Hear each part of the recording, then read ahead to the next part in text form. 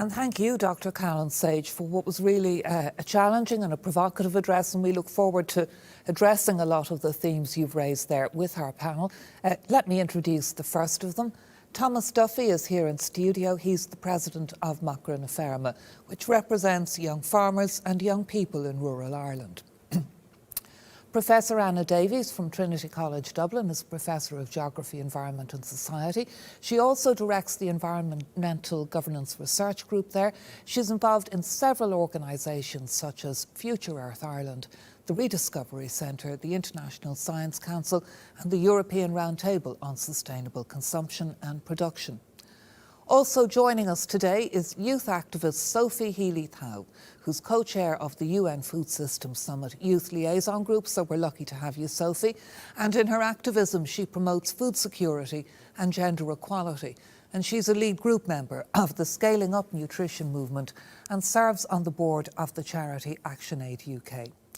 And our fourth speaker on this panel is Carmel Fox. She's the chairperson of Goethe and of the Tipperary Town Revitalisation Task Force. She's also worked at the highest levels in Teagasc and been CEO of Ballyhora Development. I want to give you the results of our first Slido poll. Do you remember the question? How would you describe the connection between rural agri-food producing communities and urban consumers? And a pretty clear-cut result there. Excellent, very few of you think so, 4%. Good and getting stronger, only about less than a third, 29%. Good but declining, a third, 33%. Poor, urban consumers have no appreciation for agri-food products. And Anna Davies, I thought I'd go to you first on this question of that urban-rural divide. Obviously, a lot of people watching feel it's either declining or it's poor. So how we need to improve that and reimagine, if you like, our disconnect from food production in cities. Yeah, it's a very good question and a very important one. As we know, today more than half the world's population live in urban areas, predicted to rise to about 70% by 2050. So positive action here is essential, not least because 79% of all food produced is destined for consumption in our urban areas. This obviously increases food waste as well, and with millions of urban dwellers categorised as food insecure across North America and Europe, that will have risen, a figure that would have risen during the COVID pandemic, all serves to confirm really that we're creating the need to create more sustainable urban food systems is necessary if we're going to go towards supporting a global food system. I think actually in certain places across Europe and North America, urban governments are already emerging as key actors in fostering sustainable urban food systems, although they usually have no clear mandate in this area. So developments are precarious and reliant on continued support from elected officials. I think Colin mentioned that in terms of his experience in Cork as well. And I think as noted in the EU's Food 2030 Pathways documents published last year, what's needed really is integrated cross-departmental action. Some cities are bringing together various stakeholders to design food policies that address pressing food-related problems such as food insecurity and obesity, but at the same time help to resolve wider issues, including environmental challenges, social inequalities and poverty. One thing I think that we could take inspiration from here in Ireland is the Milan Urban Food Policy Pact, which has been signed by over 200 cities worldwide, covering over 450 million inhabitants, and it's an important milestone in this context. However, no Irish cities are signatories to this pact currently. It's also important to emphasise that it's not only the sole responsibility of across you there, Anna. So can you just tell us a little bit more about what that is? That Food Policies Pact. Yeah, the Milan Urban Food Policy Pact was developed by Milan government, city government, and was put together to bring a network of cities to come together worldwide to support sustainable urban food systems. But as I said, that no Irish cities are signatories of this pact currently. That's an interesting point to make. And maybe, Carmel Fox, you pick up on that, because all of the work that you've done with rural communities and trying to sustain, if you like, sustainable development there. From your point of view and from that experience, what more needs to be done to develop that food citizenship and that link between urban and rural? I suppose the first thing that I'd like to say is that there's a disconnect between young people in rural Ireland and food and where it comes from. So it's not a rural-urban divide. It's a rural and urban divide. And in very many schools, primary schools in rural communities, you'll find that there may be only 1 or 2 children that come from farming backgrounds. And at that, those children may know one form of production, but not the wider production. So I think it's very important that we expose people in all communities to where food is produced and how it's processed, and that sort of wider understanding of the need for more training around the use of food. And for sure, in rural development, food is an important element. And in the focus in that, on the one hand, there's the focus with schools and with the states around gardens, community gardens, school gardens, around more basic education. And then there's also the focus around training for people in terms of cooking their food. Because often this issue that there is with the fast foods being eaten is about giving people the skills to be able to produce that meal that takes less than an hour for their family. So that whole combined training is very important. And when we look at rural development, the added value in the food system is something that rural areas and rural people have proved themselves to be very good at. That's not quite answering that rural divide piece, but I do think that we need to see it not as a rural-urban divide, but as a divide where most people are not connected to an understanding of the production or processing, of food. I think it's a really important point that you make, Carmel, and I also find it so interesting that you're bringing us back to this question of education and also preparation for, assisting people, particularly with busy urban lifestyles. Again, if we want to develop this idea of food citizenship. Sophie Healy-Thow, I suppose on a panel like this, we hear so much about, young people will change the way food is consumed. They are driving the processes of change in our food systems. In your activism, having listened to Dr. Colin Sage there, having listened to our previous 2 speakers, how are young people demanding change and what changes are they demanding? Yeah, so interesting. I would like to first reply a little bit to Mrs. Fox. And I think education is extremely important when it comes to food system transformation, but the education means nothing if access to those healthy, nutritious foods aren't there. And currently, a healthy, nutritious diet is a luxury in Ireland. And that is one of the greatest human rights violations to exist. It is a luxury to lead a healthy, nutritious life. And as a young person, I can say that leading that life is extremely hard when the cost of living is extremely high. So right across the globe, young people are demanding change, but we need change from others as well. Young people are doing as much as they can currently, and they are educating themselves on the topic. But if that access, that bridge isn't there, nothing is going to change. It has to be two-sided. All the responsibility can't be put on young people's shoulders. It's too much to ask, and it's quite unfair. We've seen our current food system contributes to ongoing health, climate and biodiversity crisis and violation of human rights. And we can only contribute to the UN Sustainable Development Goals with a decent and huge transformation of our food system. I wrote an article recently about Ireland's food security, and the comments underneath it were, Ireland is a wealthy country. Ireland is food secure. I can go to my fridge and access food whenever I want to. But just because Ireland is labelled as food secure doesn't mean everybody within Ireland is food secure. It doesn't mean everyone with Ireland is wealthy just because Ireland is a wealthy country. In my university campus, I have created a safe space with other students to talk about food insecurity on campus. And we hear from young people on a daily basis about how they have to go hungry to school because they just can't afford healthy food. And they know what's healthy for them. But if what's accessible to you when you come out of your lectures is a hot chicken roll from the local shop, what are you going to do? You know, there's a lot of different complex factors within this. I mean, last week I presented to the Special Envoy, Dr. Agnes Kalabata of the UN Food Systems Summit, about a youth initiative that I am co-leading, which will launch on the 18th of May, which is supported by Irish Aid.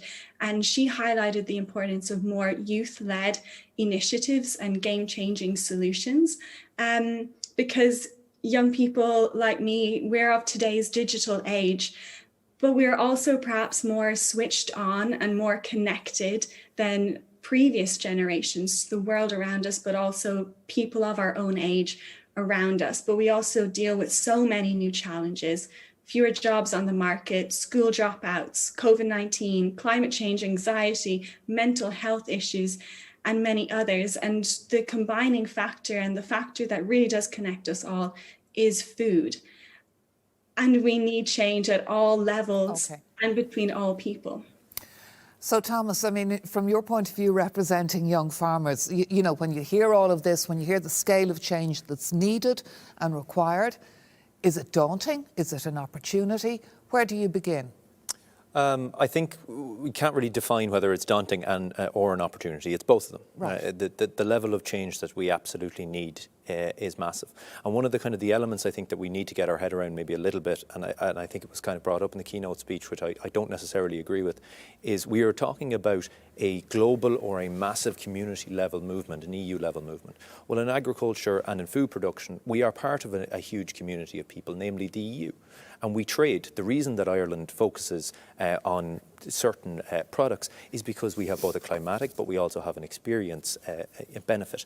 We can produce certain foods extremely well in Ireland. We cannot produce certain foods. If we want strawberries in December, which people have gotten used to, we're going to have to accept that we're going to have to trade between groups. But there are changes that we need to make. And so there are changes we are presumably making. Where you would disagree with Dr. Sage is on the grass-fed cattle and export model. He was querying how sustainable that really is. You'd say it is within the EU? Well, you see, the whole point he talked about sustainability and that there aren't trade-offs. Well, that would be wonderful and unlimited. But ultimately, what farmers are constantly being told, and really agriculture as an industry is carrying the heavy lift. Because to Sophie's point, and she's 100% right, a lot of students are struggling. Why? Because the other costs of living. So there isn't the money going towards food in Ireland. The percentage of our income that we're spending on food in Ireland is going down every single day. But the reality is, on the farmer side of things, there are greater expectations for more environmental sustainability, but there is no more money coming. The consumer is constantly saying, by and large, that they want more sustainable food, but the money is not coming back to the primary producer. We are having to work hard. Ireland does a wonderful job of saying exactly that. We are not saying that we are better than any other country in producing apples or in producing tomatoes, but we are saying, and we are rightly saying, that we are better at producing the products that we do produce in Ireland, a grass-fed beef and dairy. Okay. I have another slide of question, by the way, for you. In an age when it's more difficult than ever to get reliable, trustworthy information across to young people, which of the following offers the best approach? Is it TV documentaries, social media influencers, more on food and school curriculum, that education point we were talking about earlier? Does it involve targeting parents and getting in at that young age? Or is it down to advertising campaigns? Again, let us know what you think and we'll feed it back in. Just to continue for a short while on this business of the beef model, the new tobacco, as Dr. Sage called it, and the sustainability of the grass-fed cattle and export model. Which of our panellists would like to come in on that? Because Thomas was saying he believes within the EU it is sustainable. Does anyone disagree? Sophie? Well, I don't agree that cattle and beef farming is sustainable long term.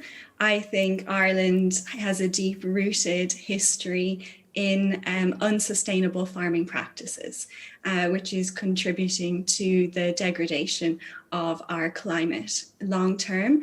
I don't believe that that farmers are to blame. I don't think that it is a us and them issue. I agree with the speaker about there isn't enough money going to farmers for sustainable farming practices. So the reliance on historic unsustainable farming practices has had to continue, because nobody wants our farmers to live a poor lifestyle.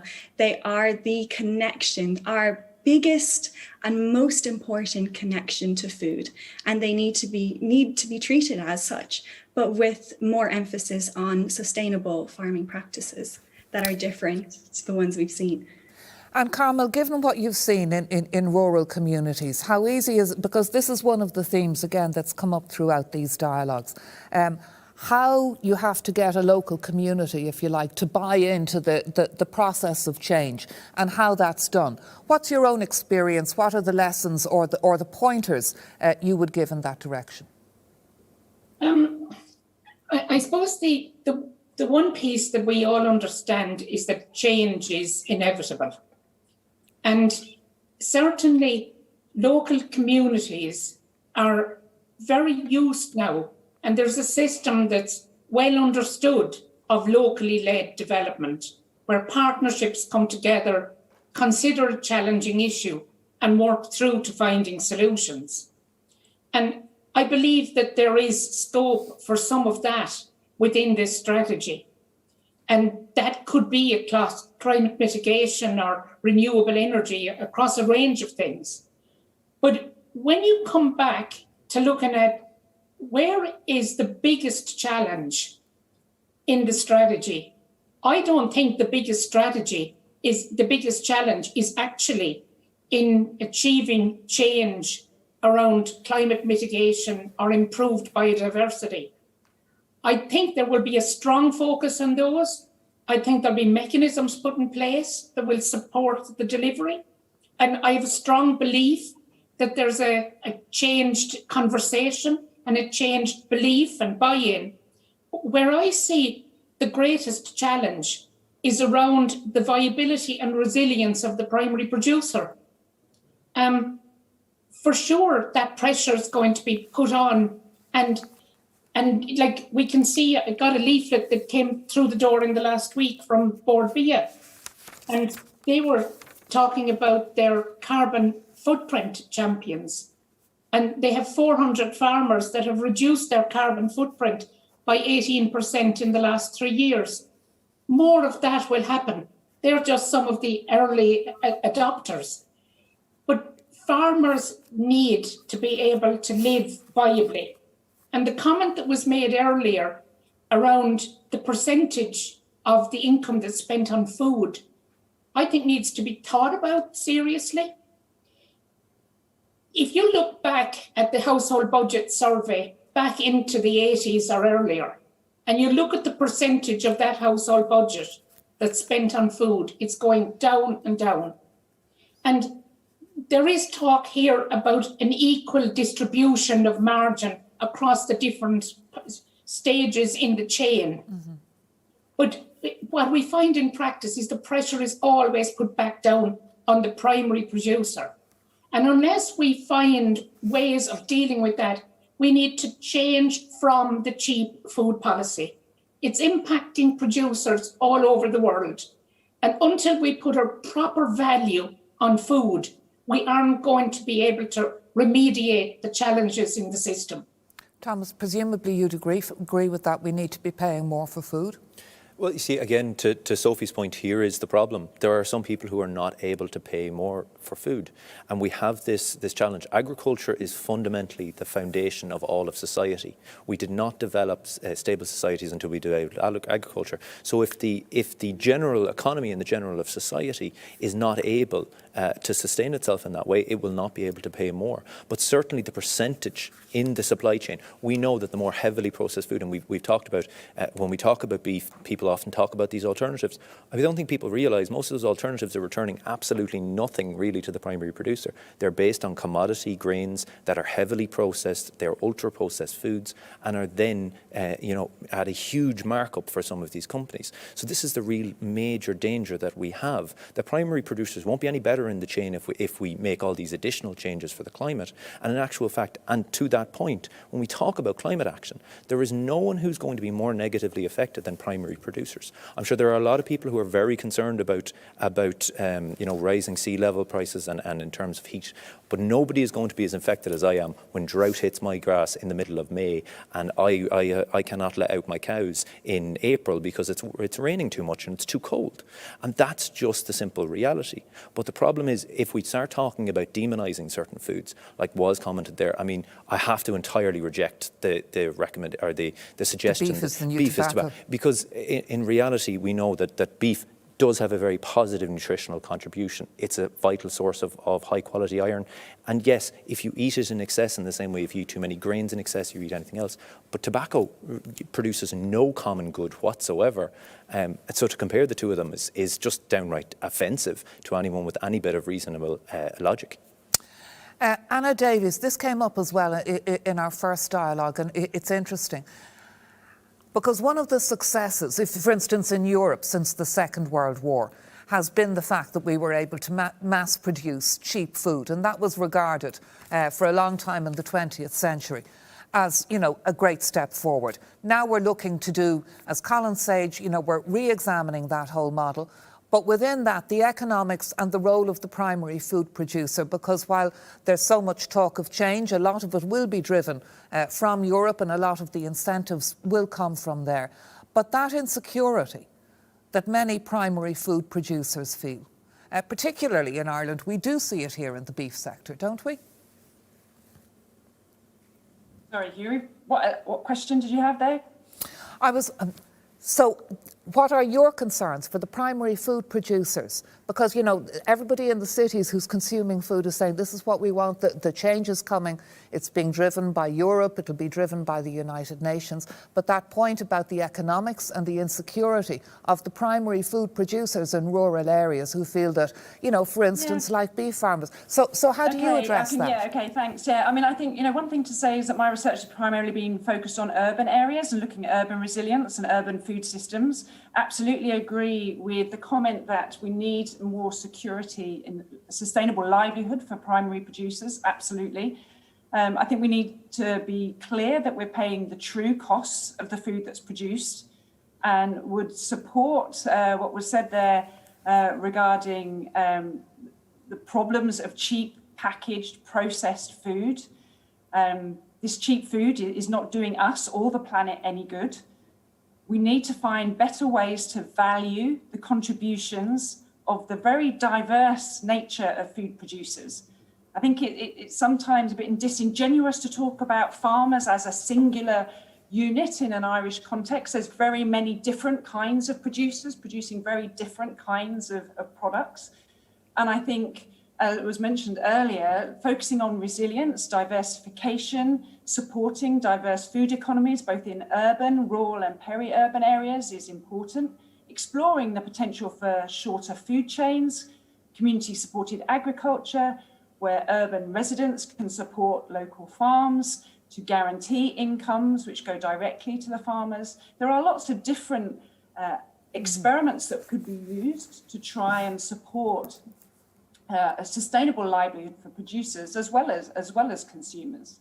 And can we do all of that while most of us in urban areas are popping down to the local supermarket and, that's where you get your food? That is food to an awful lot of people. I know some of that changed during the pandemic. A lot of producers were able to make direct contact and direct deliveries and so on.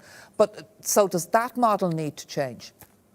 Well, we need to find alternatives. I mean, I think that the notion of urban food growing needs much more serious attention. It's not considered in any substantive way in any urban food policy document I've read in an Irish context. I think the fact that no Irish cities are members of the Milan Urban Food Policy Pact does indicate the low level of attention that's paid to urban food systems. And as I mentioned previously, we are major sites of consumption, disproportionately consuming food. in urban areas. We need to think about the resilience of our food systems within the urban area, as well as connecting more directly with producers. I mean, I think that in order to do that, we need to know what's already going on. There are already community gardens, urban allotments, community farms, community kitchens, and the like, but we don't know what scale, what contribution, what sustainability credentials they have. Much more attention needs to be paid to that, I think. And it was interesting what Dr. Sage was saying about their experience in Cork and the Food Policy Council there, and working with the local authority and the need to develop those systems. Just to give you a result of that Slido poll, in an age where it's more difficult than ever to get reliable, trustworthy information across to young people, which of the following offers the best approach? TV documentaries, only 5%. Targeting parents, only 8%. Social media influencers, only 21%. Advertising campaigns, 5%.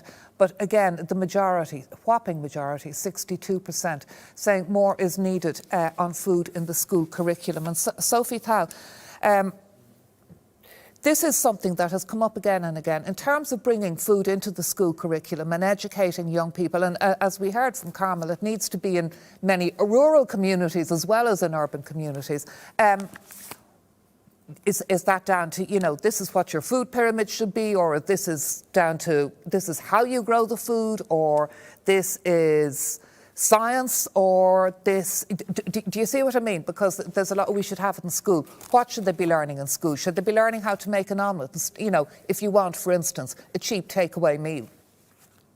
Yeah, I mean, I think we should be taught about planetary health, and within planetary health, all those things align: sustainable meals, climate-friendly meals, what food actually means in a science sense, but also in a practical sense, what that means to how you should budget for your food even, or the best places to buy your food, or even how to grow your own food. I mean, I did home economics, and that in itself, I think, is detrimental to the education of young people within food. Calling it home economics, I think, is an injustice to the importance of our food system.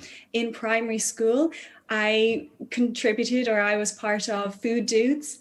That little pieces of fruit and veg came raw to us in plastic bags, and we just gave it to whoever liked parsnips on the day. You know, these kind of things, although brilliant initiatives, don't really scale up or scale out as much as they are needed. I personally believe that the history of our food system, the future of our food system, and how we deal with our food system now shouldn't be an option. It shouldn't be something students can opt in and out of to learn about, because it could be detrimental to the future of our nation, but it also could be the saving grace of people, planet, and animal health into the future. So the social, the historical, the scientific, and the ethical, as well as the practical. Just more on that, a question has come in on Slido. Is there a system we could introduce that encourages individuals or community groups growing or rearing their own food, and that people who can't afford food could actually? Anna, I'll give this one to you, and then I'll come back to you, Carmel. I mean, there is this idea that I know Cuba, because they had to. They've, you know, because of difficulties with imports, they had to grow a lot of food in urban areas. But there's often this romantic idea, isn't there? A bit like what was that TV show with Felicity Kendall?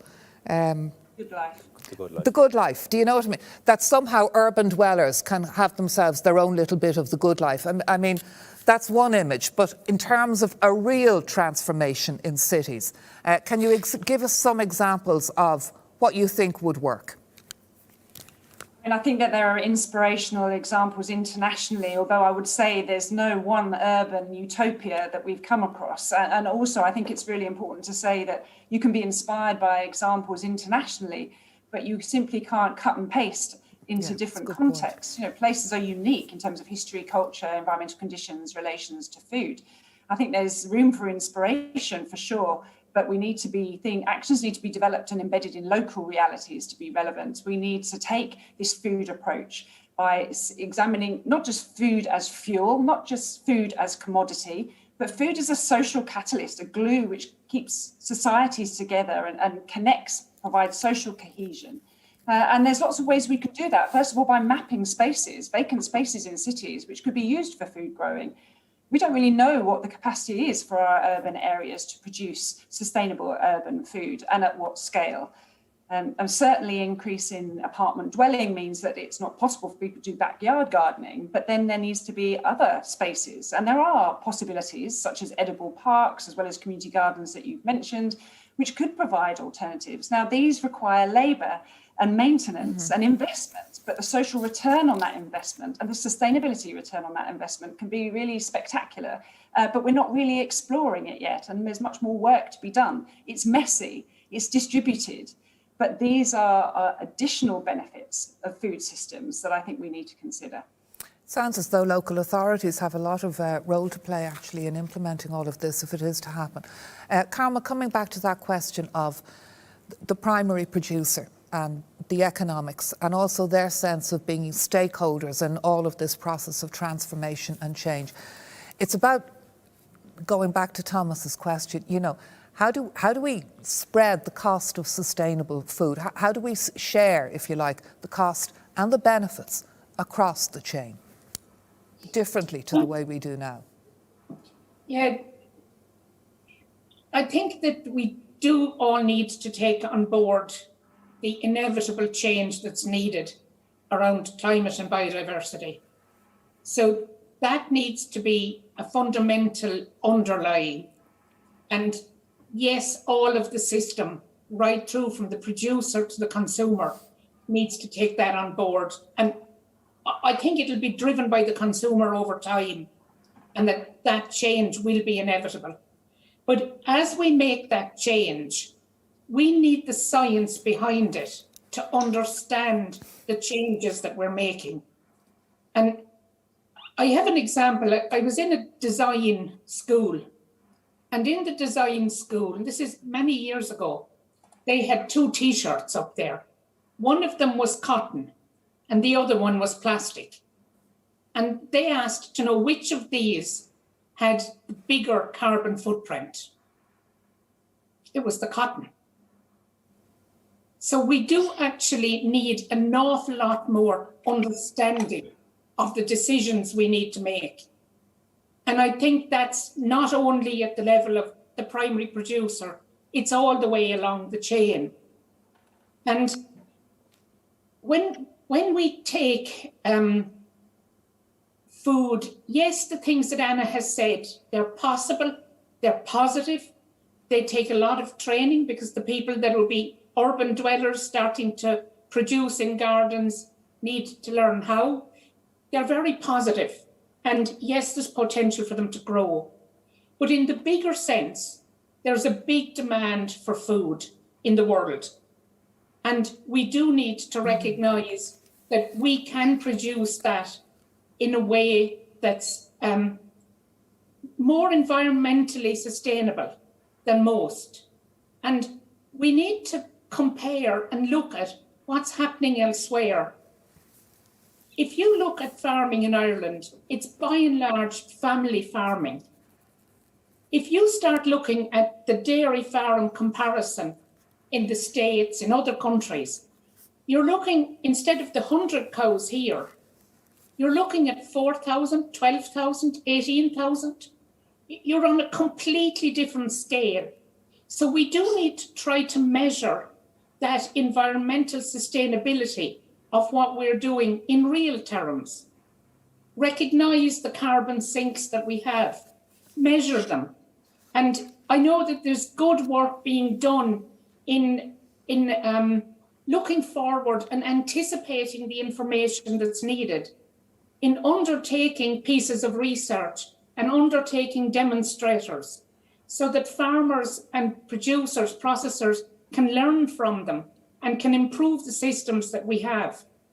But I think all along the way, while the policies need to be there, for sure, along with that, you need regulations for some of it, but then you need incentives. And those incentives need to go right through to understandings, training, knowledge transfer, and to improving the market chains so that you are giving a fair chance for the different elements of the chain, particularly the primary producer, to get their margin. Carmel, thank you. And I suspect, Thomas, you'd agree with a lot of that. But I also want to raise a question with you. And it's important on the island of Ireland not to forget our coastal communities, which we were discussing last week. Marine foods, again, are there opportunities for involving our coastal communities, marine food systems? Your take on that, and because obviously, you know, many people in those areas, we heard last week, they feel that, you know, the EU model is one that sold them short. So I have to preference it by saying I'm from Cavan, so it's about as far away from the sea as is possible to get on the island of Ireland. What part of Cavan? Very close to County Meath, so I'm not too far away. But I suppose there are elements in the document which really, and it is great because in the document itself it recognises both young people working in the agricultural sector, land-based, and also in the marine. And there are a couple of elements because both the fishing communities and the agricultural communities are suffering the exact same thing, which is generational renewal disaster. And it is happening across the entire of the EU. In Ireland, only 5% of primary producers in agriculture are under the age of 35, while 6 times greater, 30%, are over the age of 65. We're seeing the exact same thing being exhibited in the fishing industry. It is very difficult to get people in because the costs are so huge. In agriculture, it's primarily access to credit and access to land. And in the fishing, it's simply access to fishing rights and accessing to the investment in capital-intensive industries. I think there is a potential. So there need to be economic supports for young farmers to assist that generational change, the people who deliver all of the sustainability and novel food production that we're talking about? Absolutely. There fundamentally needs to be 2 things. One, we need to get better at measuring these things because unfortunately, even the figures that I can cite to you are from 2016.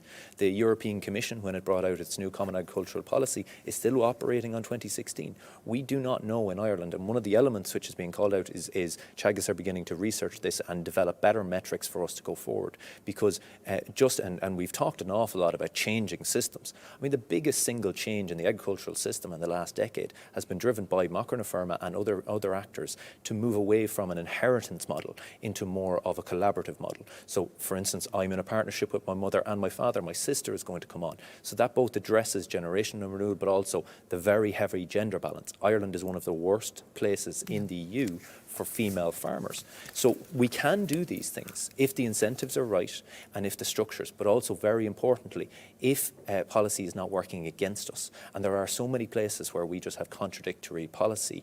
In one place we're being told, for instance, to cut down on artificial fertilisers, but then the products that we need to incorporate clovers are not there and are only being emergency licensed now. And I have to say well done to the Department of Agriculture for getting that across the line. But these are the difficulties because if a young person, whether they're in the fishing industry or in the agricultural industry, is having artificial barriers put in place and blocking their way, then they will not change things. We've talked an awful lot about change here. The single biggest thing we can do for change is generational renewal, getting young people into the sector who will take up these opportunities, who will see these new markets and will adopt this new technology to meet the challenges, and was said very rightly, the major challenges of climate and biodiversity loss.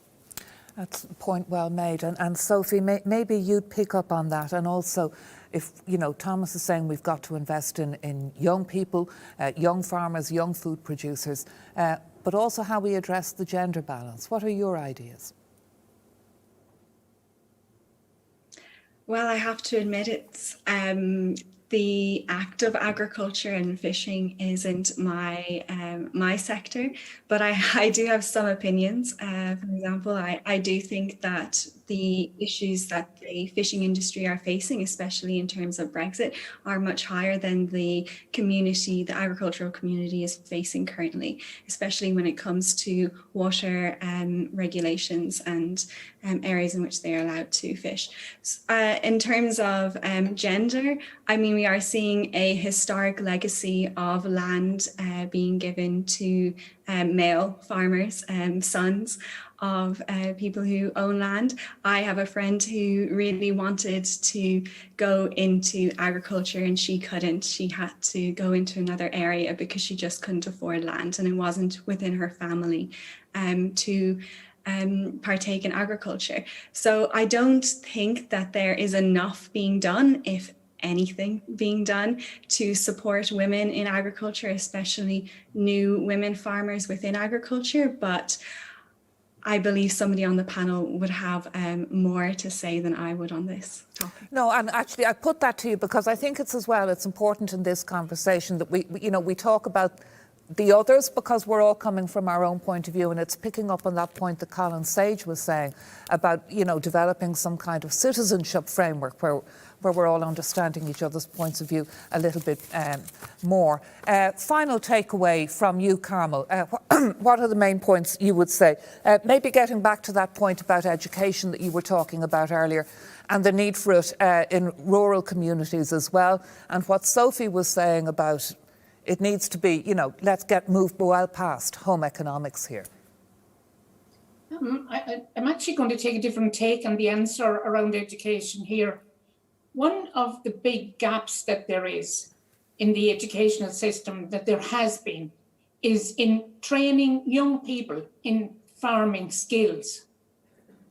Right now, we have a really good system for training farmers, young people, to become farmers, to own their own farm and manage their own farm. But what we don't have is a strong apprenticeship that trains young people that would like to farm, so that they can go on to be either somebody that leases or rents land and takes over some other farm, or somebody that takes on a role as a herdsman or whatever on a farm. There's a big gap. There's an opportunity there.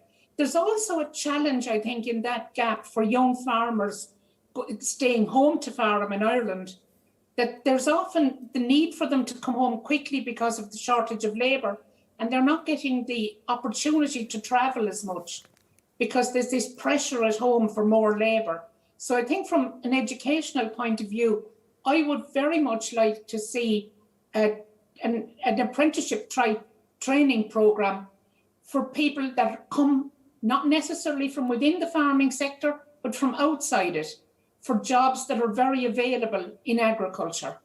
So maybe not the kind of question you had expected me to answer. A really interesting answer, and thank you so much.